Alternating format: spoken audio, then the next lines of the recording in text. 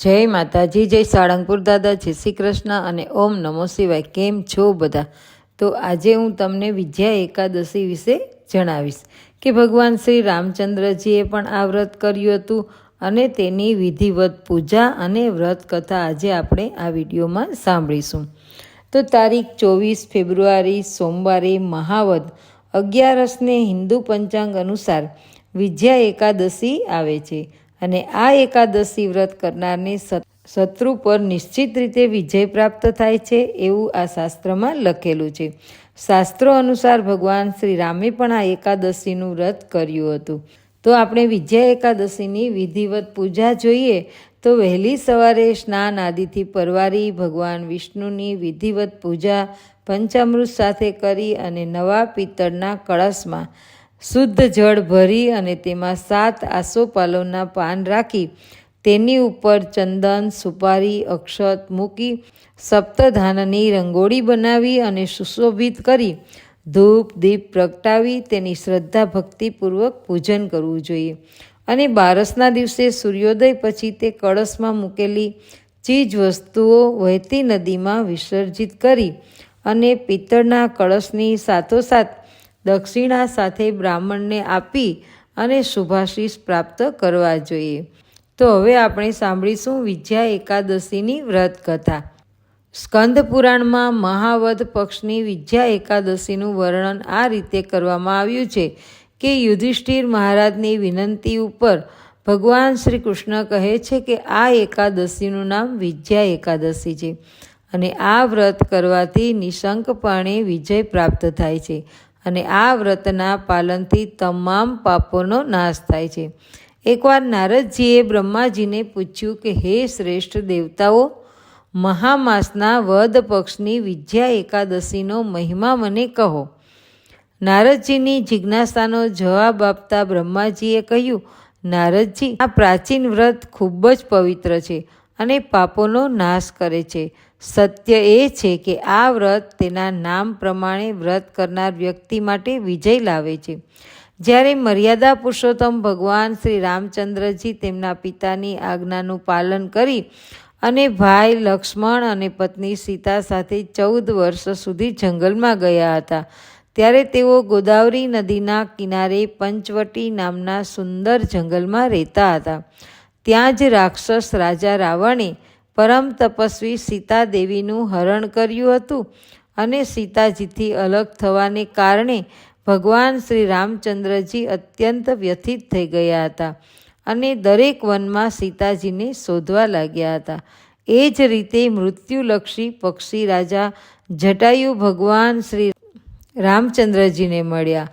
જટાયુએ સીતાજીના હરણની તમામ સમગ્ર ઘટના કહી અને શ્રીરામને સંભળાવી અને સીતાના અપહરણની સમગ્ર ઘટના સંભળાવ્યા પછી ભગવાન શ્રીરામના આશીર્વાદ મેળવી અને જટાયુએ પોતાનું શરીર છોડીને સ્વર્ગમાં ગયા।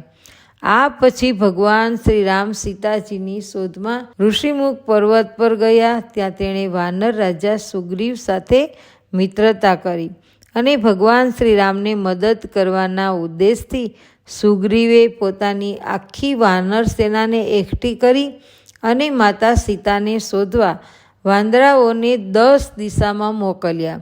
તેમાંથી પક્ષીરાજ સંપત્તિની સૂચના મુજબ હનુમાનજી સમુદ્ર પાર કરી અને લંકા ગયા। ત્યાં તેઓ અશોક વાટિકામાં સીતાજીને મળ્યા અને ભગવાન શ્રી રામ દ્વારા તેમને આશ્વાસન આપવા માટે આપેલી નિશાની તરીકે જાનકીજીને વીંટી અર્પણ કરી। તે પછી લંકા સળગાવી અક્ષય કુમારની હત્યા અને બહાદુરી બતાવી તે ભગવાન શ્રી રામચંદ્રજી પાસે પાછા આવ્યા અને ભગવાન શ્રી રામજીને આખી વાત કહી। હનુમાનજી પાસેથી આખી ઘટના સાંભળ્યા પછી ભગવાન શ્રી રામજીએ તેમના મિત્ર સુગ્રીવજી સાથે ચર્ચા કર્યા પછી સમગ્ર વાનર સેના સાથે લંકા જવાનો નિર્ણય કર્યો અને વિશાળ વાનર સેના સાથે શ્રી રામજી તેના ભાઈ લક્ષ્મણ સાથે સમુદ્ર કિનારે પહોંચ્યા। પછી ત્યાં તેણે પોતાના ભાઈ લક્ષ્મણને કહ્યું કે સુમિત્રા નંદન, વિશાળ ખતરનાક પાણીના પ્રાણીઓ ટીમી, ટીમિંગલ અને મગરથી ભરેલા આ ભયંકર વિશાળ સમુદ્રને કેવી રીતે પાર કરવો? લક્ષ્મણજીએ કહ્યું કે હે પૂરણ પુરુષોત્તમ, હે દેવાધિદેવ ભગવાન રાઘવેન્દ્ર પ્રભુ, આ દ્વીપમાં બકદલાભ્ય નામના ઋષિ રહે છે. તેમનો આશ્રમ અહીંથી લગભગ અડધી યોજન એટલે કે 2 કોસના અંતરે જ છે. હે રઘુનંદન, તેમને ભગવાન બ્રહ્માના વ્યક્તિગત દર્શન થયા છે.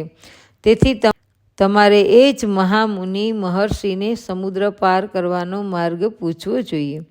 લક્ષ્મણજીની વાત સાંભળીને ભગવાન શ્રી રામચંદ્ર બગદલભ્ય ઋષિના આશ્રમમાં ગયા અને ત્યાં તેમણે મહર્ષિને ખૂબ જ આદરપૂર્વક પ્રણામ કર્યા. ઋષિ બગદલભ્ય સર્વજ્ઞ હતા.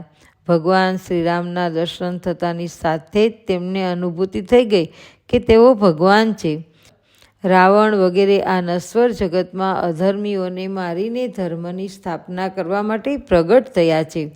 ત્યારે પણ ઔપચારિકતા રૂપે ઋષિએ પૂછ્યું કે હે પ્રભુ, હે ધર્મના સ્થાપક શ્રી રામ, તમે મારા કુટીરમાં શા માટે સ્વાગત કર્યું? હું તમારા માટે કઈ સેવા કરી શકું? કૃપા કરી અને મને ઓર્ડર કરો.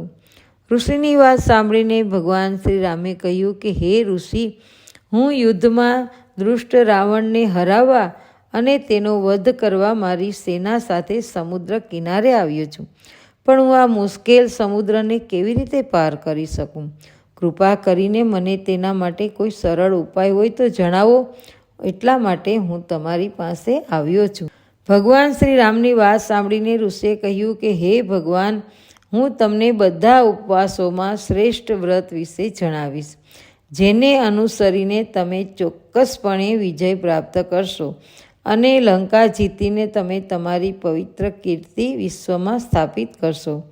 ત્યારે તે વ્રત ખૂબ પ્રેમ અને ભક્તિ સાથે પાળવું જોઈએ. તે વ્રત મહાવદ 11ને વિજયા એકાદશી તરીકે ઓળખાય છે. આ વ્રતનું પાલન કરવાથી તમને સમુદ્ર પાર કરવામાં કોઈ મુશ્કેલીનો સામનો કરવો પડશે નહીં અને આવનારી તમામ અડચણો નાશ પામશે. એકાદશીના દિવસે ભગવાન નારાયણની તુલસી, સુગંધ, ફૂલ, માળા, ધૂપ, દીપ અને નૈવેદ્ય વગેરે સામગ્રીઓથી ખૂબ જ ભક્તિભાવથી પૂજા કરો અને દિવસ રાત એક જ મૂર્તિની સામે બેસીને જાગતા રહો અને એના નામનો જાપ કરો.